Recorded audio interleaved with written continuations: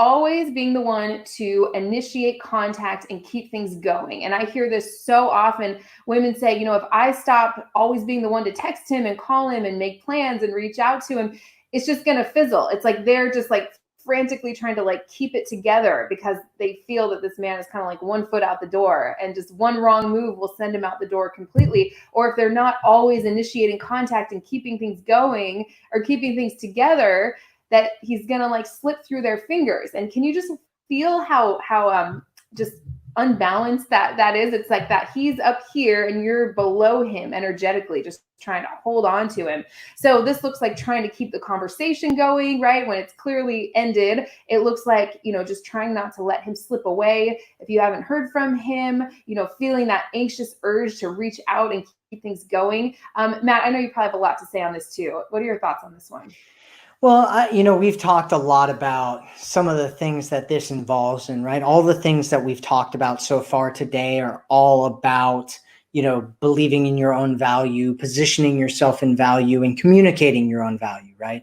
And there's another thing about this kind of initiation of contact all the time, right? Like if you it's not like what we talked about earlier. Like, it's not a problem if you're initiating contact sometimes, right? It's actually can be a really good thing, and it can show him that you're interested and make him want to pursue you more. Yeah. But if you're doing it all the time and you're like, oh, I got to be in constant contact with this guy. There's this other law that I like that I don't like it. It's one of my least favorite laws in the entire world. I hate this law. Hate is a very strong word, but I hate this law. And this law is called the law of familiarity.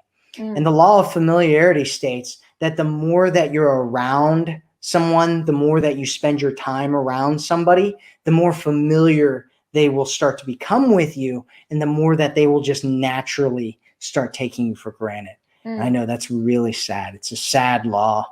It makes me cry at night. It's sad, right? Because it's one of those things. Like one of my favorite things in the world is pulled pork. And when I was living in Colorado, I had every kind of way to make pulled pork that you could think of. I had smoker, and we do oven pulled pork, and we do slow cooker pulled pork, and all kinds of pulled pork. And I'd get a big,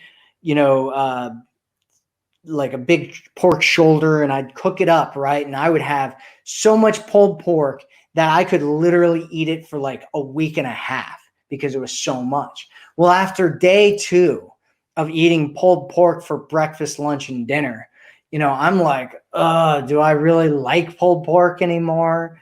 When am I ever going to want to eat pulled pork anymore? Right? And I'll end up taking the pulled pork and I'll put it in the freezer. And then, a couple days later, I'm like, it sounds really good. Pulled pork, right?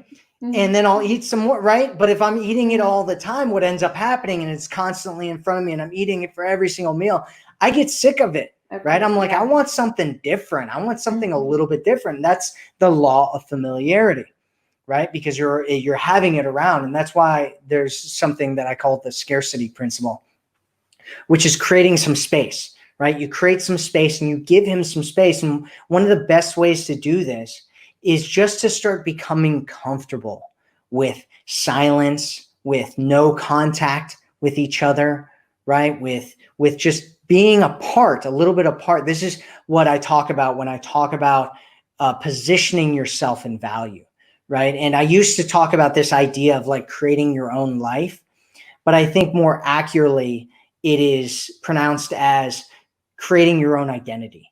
Because what researchers have found is that when 2 people are in a relationship, what ends up happening is their identities mold together and they start feeling like they're one person, right? Which is why a breakup is so devastating for so many people, because one person walks away and the other person, they feel like they've lost a part of their identity. They lost a part of who they are, right?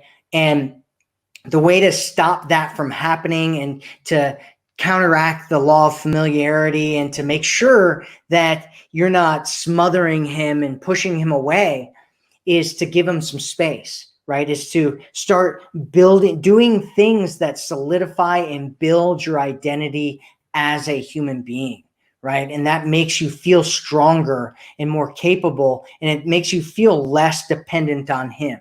And so I have a bunch of different laws around or principles around this, right? The abundance principle, a principle of abundance of connection, abundance of options.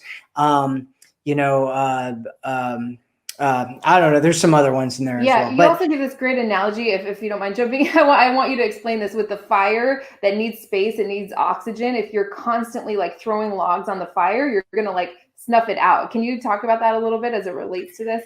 Yeah, I mean, there's a bunch of different metaphors that I actually have for this one. And one of them is the fire, right? And the idea is that when you're starting a fire, and I don't know if you guys are fire starting nerds like I am, but I've started quite a few fires in my life. And when you start a fire, you initially have to put little twigs on it, right? And if you throw pieces of wood that are too big on it, it'll just smother the fire. Sometimes you want like little paper or like little leaves or like grass or like hay or something like that. And you know, you have to give it some space. You have to give it some oxygen. You have to let it build and grow. And then eventually you can put a little bit bigger logs on it, you know, like little pieces of wood on it, and then a little bit bigger and a little bit bigger. And then if you give it enough space and you just feed it, you know, every once in a while it's kind of big, right? That's the key, is that you put a little bit on, it grows bigger, and while it's big, you put more on, right? And then it kind of goes down a little bit, and then it gets bigger, and then you put more on, and it goes down a little bit and gets bigger, and you put more on, and it just does that over and over and over again until you've got a bonfire, right? And how hard is it to put a bonfire out, right? It's nearly impossible, right? You got to dump buckets of water on it in order to put it out. And that's kind of what love is like, with creating love with a man, right? You want to make sure that you're not smothering it. You're not putting too much in. You're just waiting for it to grow and put on some more, and then you wait for it to grow, right? And it sizzles down a little bit and then comes back up. And that is really what you want to do in terms of the attention and connection that you have with a man.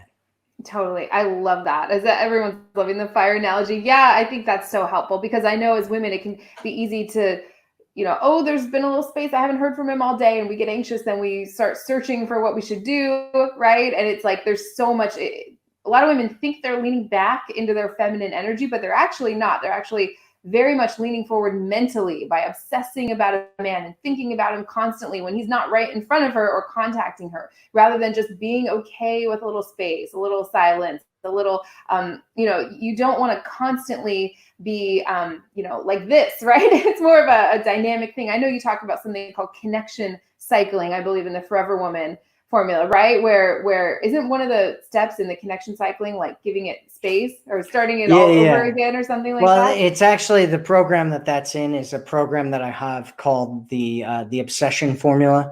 And basically the connection cycling, what that is that's exactly what it is. In psychology and neurolinguistic programming, they call it fractionation. In like medicine and physical therapy, what they do is, it's like when you if you've ever been to physical therapy before, which I have a couple of times, just for being an idiot sometimes, and sometimes because I was actually hurt, and sometimes it was getting hurt being an idiot. And like for instance, one of the times I had some lower back problems, right? And what they do is they will stretch your leg. Right. And the first time they stretch your leg, they pull it up and they'll push it, and it goes, you know, like not that far back. Right. And so they'll do it for like a, you know, little bit, right? Like 15 seconds or something. And they'll pull it back down, and then they'll push it again. Right. And the second time they push it further. Yeah. Right. And then they come back again. And then the third time it's even further. Right. And that's kind of like what connection cycling is. Right. Is it, you start off kind of on the superficial level and you go a little bit deep with him, right? But then you